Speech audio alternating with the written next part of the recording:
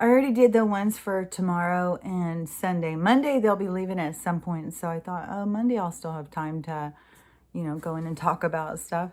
But tomorrow I did one for about victims and how they wear it like a badge of honor to kind of demean. It's very much that split of the good guy, the bad guy. And so I talk about that for tomorrow. And then Sunday, I'm putting one on. And it's about souls and, how we're all the same soul and we're the same soul as the aliens. And so I talk about that Sunday. And so this is just a little bonus because I have to talk about this because it's so ridiculous. So it keeps being a commercial that comes on for this new, I don't know, a new biography film. It's about Micheal playing the part as Micheal, our first lady. So I'm just like, I can't imagine, you're in love with somebody and that they say, well, I'll be with you, but you have to pretend to be somebody different. And then, the person does it. And it's not just this one person. I think it is, happen a lot in the people who are willing to sell their soul for earthly belongings, earthly treasures. I'm not really sure what all, each person has its own price to pay. So it's hard to say. And I don't think that Micheal is some, good person. Like, I think that, he definitely, if you are a spouse or partner to somebody who is, actively committing crimes against humanity and genocide is, dinner conversation, then you're not, you're not somebody who we'd want running the country. But this movie to make like, this is how far they go. This is how extreme they go in creating an illusion. They take a person who's not even who they say they are, and they make a movie so that we can identify this character. They create a character. They create role models.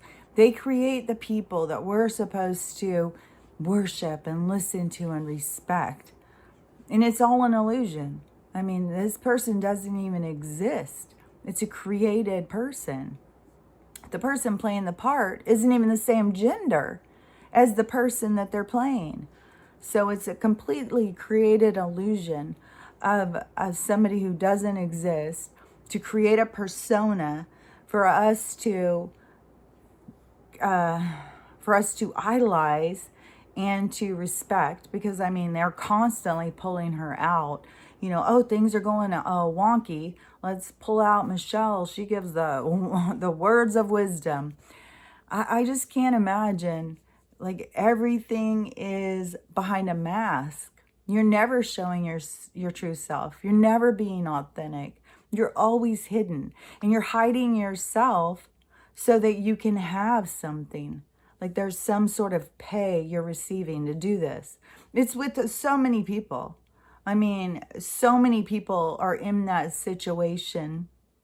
I will surrender myself for some unknown payment, whatever that payment may be. I mean, for me, it was definitely so I wouldn't be alone.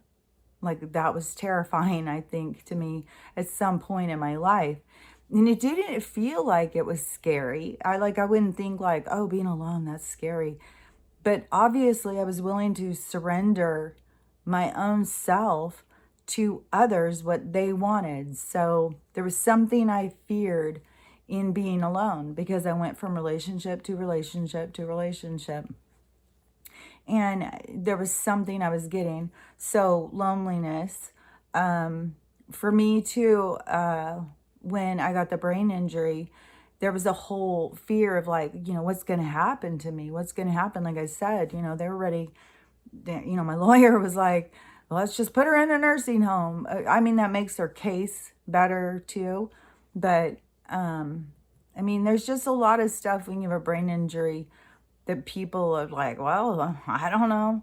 And there has been some scary stuff, like that one guy going and murdering all those people after his brain injury. Nobody was, doing anything or noticing or getting him any help. But that's pretty common. If you have a brain injury, you're kind of on your own. You got to figure it out.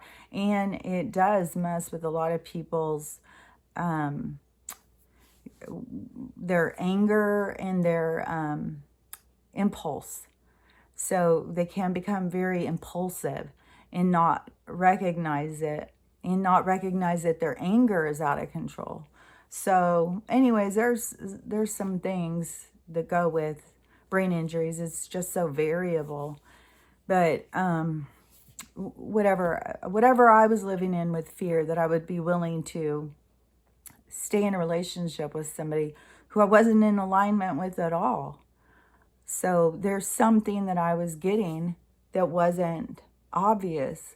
And when it was taken away, that's when I had to, really face myself of why would I surrender myself to someone else? Why would I do everything I could to make them happy when I'm unhappy? Like, it doesn't make any sense. But all these people, so many people, do it every single day.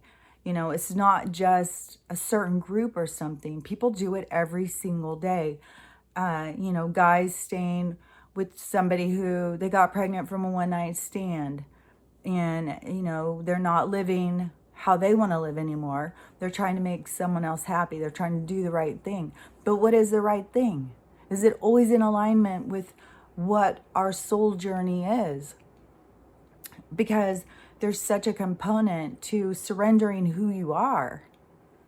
And, so do you live by your authenticity? Do you live by yourself, by your own standards? Or do you transform yourself so that you can be taken care of, have money, have a place to live, have the right job, have the right clothes? I mean, people do it for all different reasons. But it's just so crazy because this person is doing it on such a grand scale. I mean, they're creating a persona that's not them. And how would that feel? You have this created persona that's so respected by so many people, but it's not even a real person. But you're just playing the part. I don't know. It's just so weird. That is showing on such a large scale of what people will do, to surrender themselves. Like, I can't imagine what it would be like to go through your life playing this part and never getting to show who you really are. Like, that is just, I don't know, it's just mind-blowing. And there's such a push for this movie right now. I mean, it's like every commercial I'm getting this First Lady.